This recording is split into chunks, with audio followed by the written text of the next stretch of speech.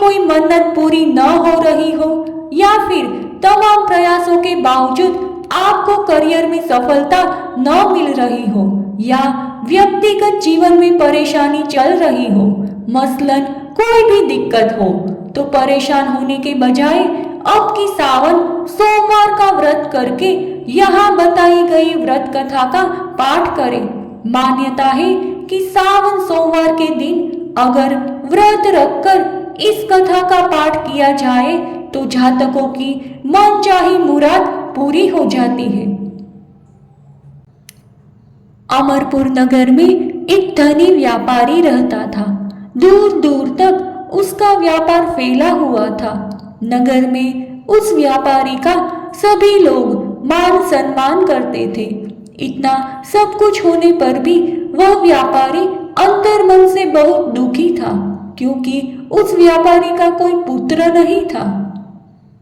दिन रात उसे एक ही चिंता सताती रहती थी कि उसकी मृत्यु के बाद उसके इतने बड़े व्यापार और धन संपत्ति को कौन संभालेगा।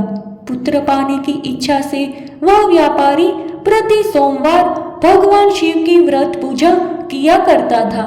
सायंकाल को व्यापारी शिव मंदिर में जाकर भगवान शिव के सामने घी का दीपक जलाया करता था। उस व्यापारी की भक्ति को देखकर एक दिन पार्वती जी ने भगवान शिव से कहा, हे प्राणनाथ, यह व्यापारी आपका सच्चा भक्त है। कितने दिनों से यह सोमवार का व्रत और पूजा नियमित कर रहा है। भगवान आप इस व्यापारी की मनोकामना अवश्य पूर्ण करें। भगवान शिव ने मुस्कुराते हुए कहा, हे पार्वती, इस संसार में सबको उसके कर्म के अनुसार फल की प्राप्ति होती है। प्राणी जैसा कर्म करते हैं उन्हें वैसा ही फल प्राप्त होता है। इसके बावजूद भी पार्वती जी नहीं मानी। उन्होंने आग्रह करते हुए कहा, नहीं प्राणनाथ, आपको इस व्यापारी की इच्छा पूरी करनी ही पड़ेगी। यह आपका अनन्य भक्त है। प्रति सोमवार आपका विधिवत व्रत रखता है और पूजा अर्चना के बाद आपको भोग लगाकर एक समय भोजन ग्रहण करता है। आपको इसे पुत्र प्राप्ति का वरदान देना ही पड़ेगा। पार्वती जी का इतना आग्रह देखकर भगवान शिव ने कहा, तुम्हारे आग्रह पर मैं इस व्यापारी को पुत्र प्राप्ति का वरदान देता हूँ, लेकिन इसका पुत्र 16 वर्ष से अधिक जीवित नहीं रहेगा। उसी रात भगवान शिव ने स्वप्न में उस व्यापारी को दर्शन देकर उसे पुत्र प्राप्ति का वरदान दिया और उसके पुत्र के 16 वर्ष तक जीवित रहने की बात भी बताई। भगवान के वरदान से व्यापारी को खुशी तो हुई, लेकिन पुत्र की अल्प आयु की चिंता ने उसकी खुशी को नष्ट कर दिया।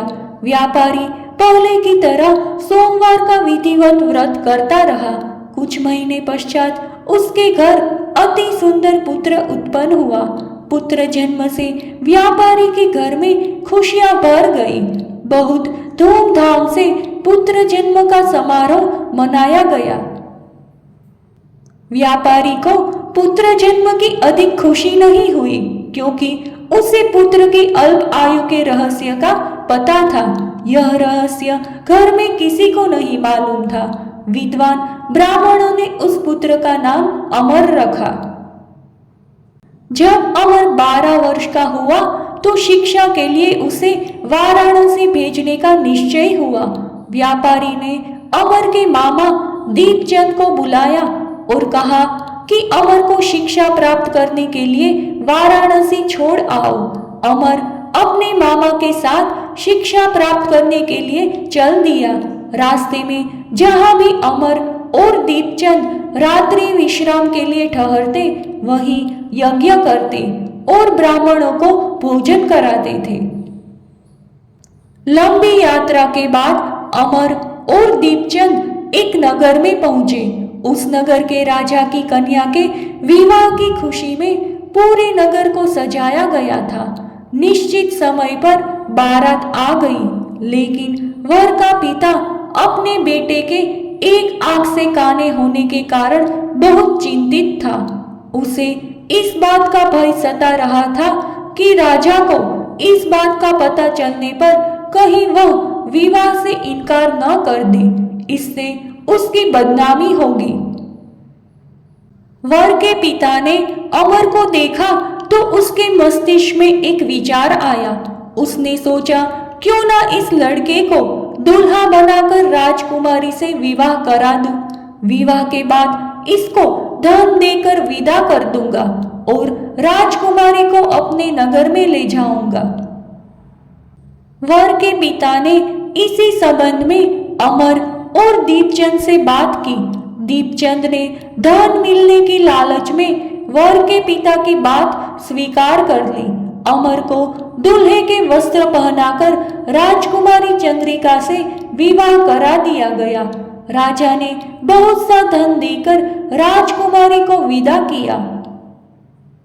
अमर जब लौट रहा था तो सच नहीं छिपा सका और उसने राजकुमारी की ओढ़नी पर लिख दिया, राजकुमारी चंद्रिका, तुम्हारा विवाह तो मेरे साथ हुआ था। मैं तो वाराणसी में शिक्षा प्राप्त करने जा रहा हूँ। अब तुम्हें जिस नवयुवक की पत्नी बनना पड़ेगा वह कान्हा है। जब राजकुमारी ने अपनी ओढ़नी पर लिखा हुआ पढ़ा तो उसने काने लड़के के साथ जाने से इनकार कर दिया। राजा ने सब बातें जानकर राजकुमारी को महल में रख लिया। उधर अमर अपने मामा दीपचंद के साथ वाराणसी पहुंच गया।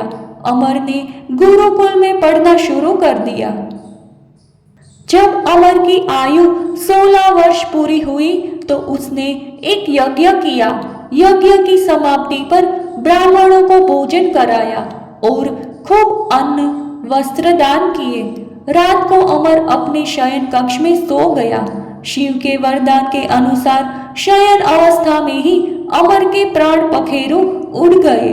सूर्योदय पर मामा अमर को मृत देखकर रोने पीटने लगा। आसपास के लोग भी एकत्र होकर दुख प्रकट करने लगे। मामा के रोने और विलाप करने के स्वर समीप से गुजरते हुए भगवान शिव और माता पार्वती ने भी सुने। पार्वती जी ने भगवान शिव से कहा, हे प्राणनाथ, मुझसे इसके रोने का स्वर सहन नहीं हो रहा है। आप इस व्यक्ति के कष्ट अवश्य दूर करें। भगवान शिव ने पार्वती जी के साथ अदृश्य रूप में समीप जाकर अमर को देखा तो पार्वती जी से बोले, हे पार्वती, यह तो उसी व्यापारी का पुत्र है जिसे मैंने 16 वर्ष की आयु का वरदान दिया था। इसकी आयु तो पूरी हो गई। पार्वती जी ने फिर भगवान शिव से निवेदन किया, हे प्राणनाथ, आप इस लड़के को जीवित करें, नहीं तो इसके माता पिता पुत्र की मृत्यु के कारण रो रोकर अपने प्राण का त्याग कर देंगे। इस लड़के के पिता तो आपके परम भक्त हैं। वर्षों से सोमवार का व्रत करते हुए आपको भोग लगा रहे हैं। पार्वती जी के आग्रह करने पर भगवान शिव ने उस लड़के को जीवित होने का वरदान दिया और कुछ ही पल में वह जीवित होकर उठ बैठा। शिक्षा समाप्त करके अमर मामा के साथ अपने नगर की ओर चल दिया। दोनों चलते हुए उसी नगर में पहुंचे जहां अमर का विवाह हुआ था। उस नगर में भी अमर ने यज्ञ का आयोजन किया। समीप से गुजरते हुए नगर के राजा ने यज्ञ का आयोजन देखा। राजा ने अमर को तुरंत पहचान लिया। यज्ञ समाप्त होने पर राजा अमर और उसके मामा को महल में ले गया और कुछ दिन उन्हें महल में रखकर बहुत सा धन वस्त्र देकर राजकुमारी के साथ विदा किया। रास्ते में सुरक्षा के लिए राजा ने बहुत से सैनिकों को भी साथ भेजा। दीपचंद ने नगर में पहुंचते ही एक दूत को घर भेजकर अपने आगमन की सूचना भेजी। अपने बेटे अमर के जीवित वापस लौटने की सूचना से व्यापारी बहुत प्रसन्न हुआ। व्यापारी ने अपनी पत्नी के साथ स्वयं को एक कमरे में बंद कर रखा था। भूखे प्यासे रहकर व्यापारी और उसकी पत्नी बेटे की प्रतीक्षा कर रहे थे। उन्होंने प्रतिज्ञा रखी थी कि यदि उन्हें अपने बेटे की मृत्यु का समाचार मिला तो दोनों अपने प्राण त्याग देंगे। व्यापारी अपनी पत्नी और मित्रों के साथ नगर के द्वार पर पहुंचा। अपने बेटे के विवाह का समाचार सुनकर और पुत्रवधू राजकुमारी चंद्रिका को देखकर उसकी खुशी का ठिकाना न रहा। उसी रात भगवान शिव ने व्यापारी के सपने में आकर कहा, हे श्रेष्ठी, मैंने तेरे सोमवार के व्रत करने और व्रत कथा सुनने से प्रसन्न होकर तेरे पुत्र को लंबी आयु प्रदान की है। व्यापारी बहुत प्रसन्न हुआ। सोमवार का व्रत करने से व्यापारी के घर में खुशियां लौट आई। शास्त्रों में लिखा है कि जो स्त्री पुरुष सोमवार का विधिवत व्रत करते हैं और व्रत कथा सुनते हैं, उनकी सभी इच्छाएं पूरी होती है। तो ये थी सावन सोमवार व्रत की पौराणिक कथा। अगर आपको ये वीडियो पसंद आया है तो कृपया इसे अपने दोस्तों में शेयर अवश्य करें। ऐसे ही और धार्मिक वीडियोस देखते रहने के लिए हमारे चैनल को अभी सब्सक्राइब करें। धन्यवाद।